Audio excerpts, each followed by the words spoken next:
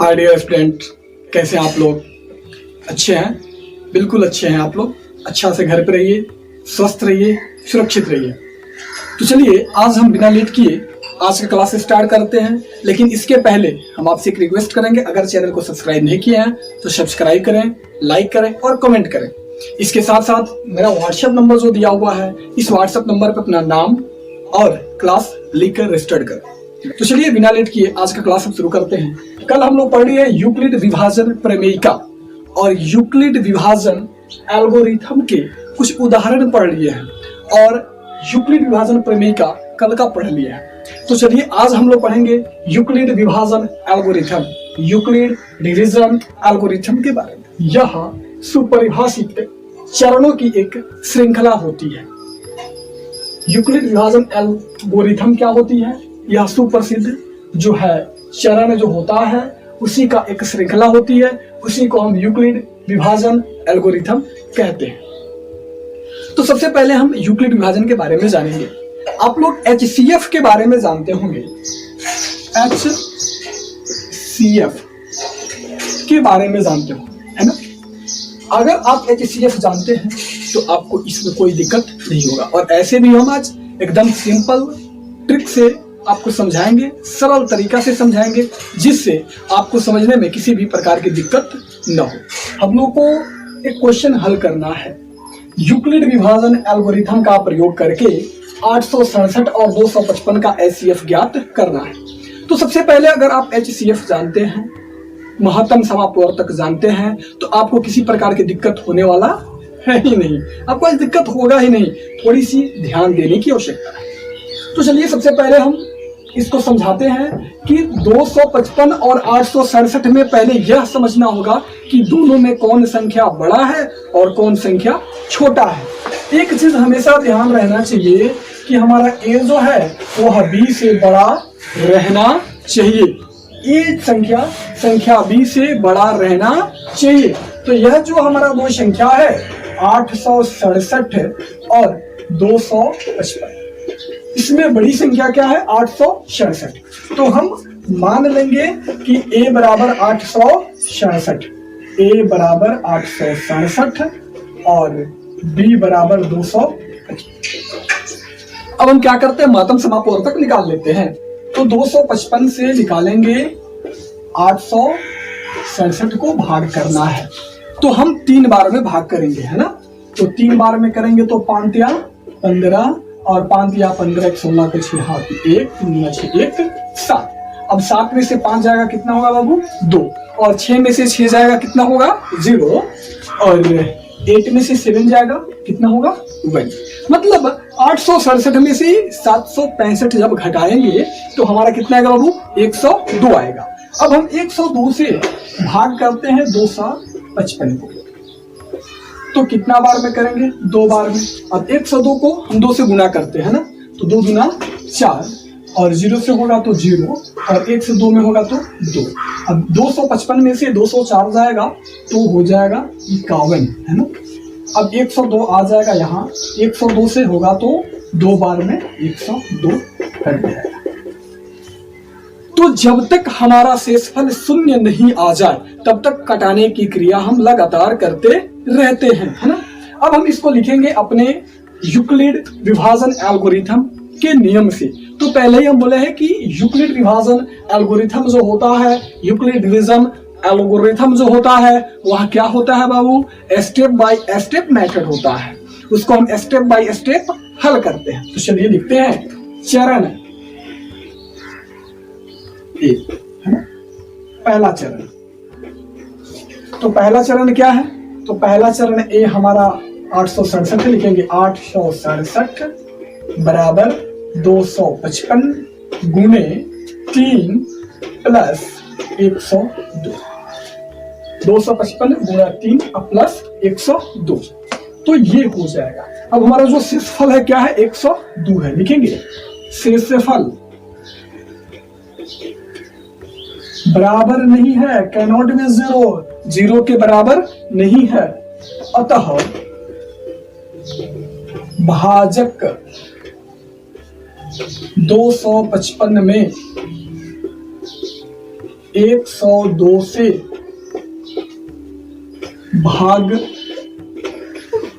करने पर, देखिए अगर शेषफल 0 नहीं है तो भाजक में क्या होगा, शेषफल से पुनः भाग किया जाएगा। तो क्या होगा, अब स्टेप 2 आ जाएगा, चरण 2। अब दूसरे चरण में हम क्या करेंगे, तो दूसरा चरण में 255 है ना, तो लिखेंगे 255 बराबर क्या होगा, 102 गुणे 2 प्लस 51। 102 गुणे 2 प्लस 51, 102 दूना 204 और प्लस 51 255। यहां भी हमारा शेषफल 0 नहीं आया, यहां शेषफल कितना आ गया है, 51। लिखेंगे शेषफल कैनॉट बी 0, शेषफल 0 के बराबर नहीं है। पुनः क्या करेंगे, तो पुनः भाजक 102 में शेषफल से भाग देने पर, पुनः हमको क्या करना है जी, शेषफल से भाग करना है, तो अब हो जाएगा चरण 3। चरण 3 अब हम क्या करेंगे, 102 में भाग करेंगे शेषफल से, तो 102 में भाग करेंगे तो यहाँ पे लिख लेंगे 102 बराबर क्या हो जाएगा, 51 गुणे 2 प्लस 0। लिखेंगे शेषफल बराबर है 0। अब हम आगे नहीं बढ़ेंगे, रुक जाएंगे। शेषफल बराबर है 0, तो हमारा क्या होगा, तो जब शेषफल 0 होगा तो जिस संख्या से वह कट जाएगा पूर्ण रूप से, वही संख्या उसका HCF होगा। लिखेंगे अतः यूक्लिड विभाजन, है ना, यूक्लिड विभाजन एल्गोरिथम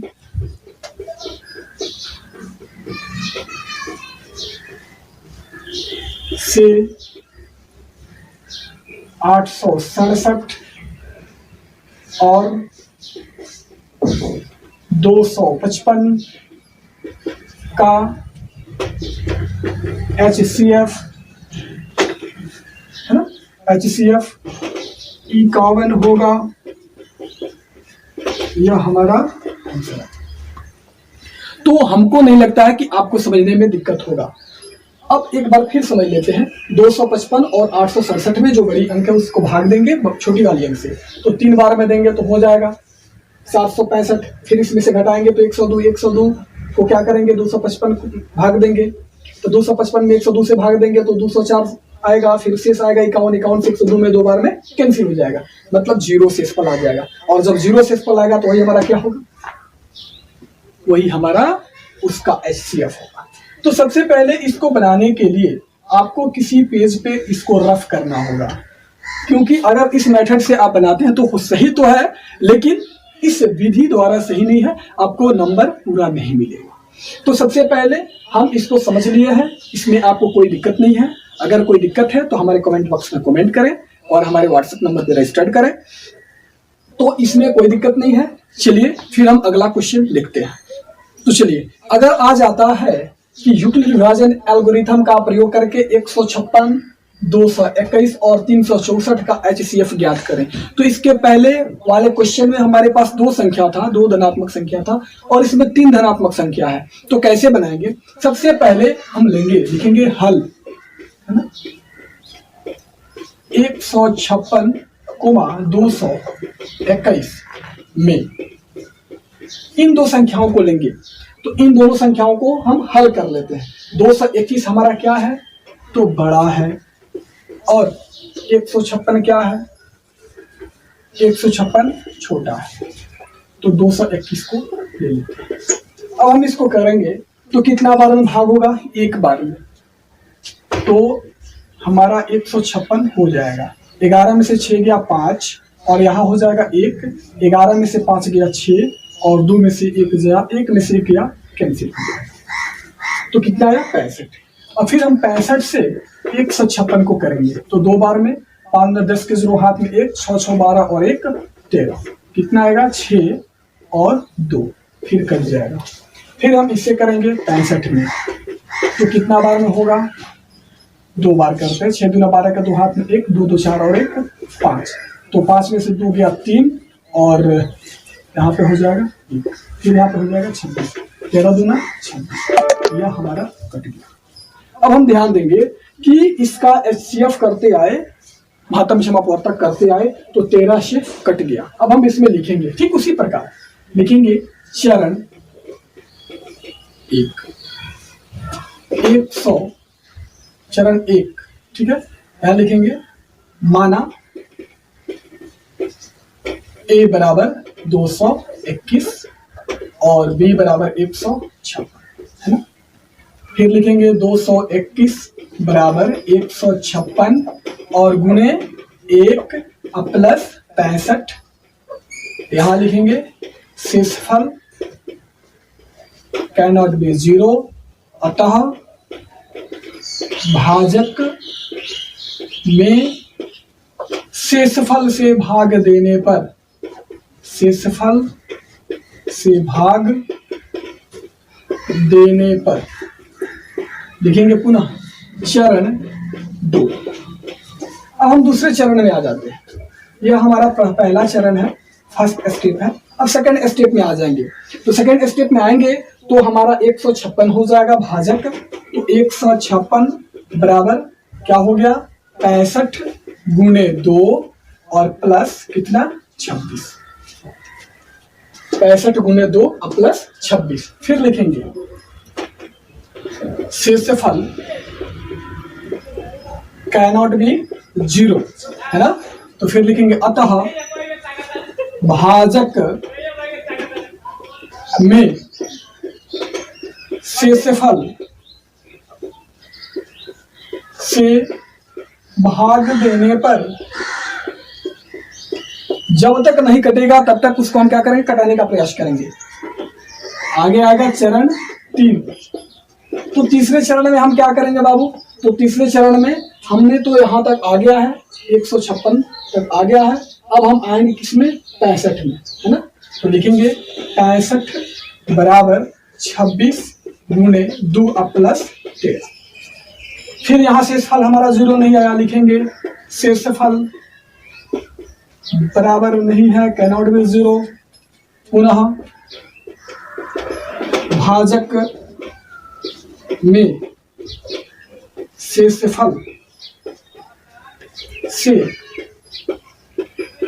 भाग देने पर, है ना, पुनः शेषफल से भाग देने पर। तो अब हम भाग दिए, फिर भाग देंगे तो आएगा हमारा स्टेप 4, चरण 4। चौथे चरण में हम क्या लिखेंगे, तो चौथे चरण में लिखेंगे, यहाँ पे हमारा शेषफल 13 है तो 26 को करना है, तो लिखेंगे 26 बराबर 13 गुणे 2 प्लस क्या 0। लिखेंगे शेषफल बराबर 0, अतः यूक्लिड विभाजन एल्गोरिथम, है ना, एल्गोरिथम से 156,221 का HCF बराबर 13।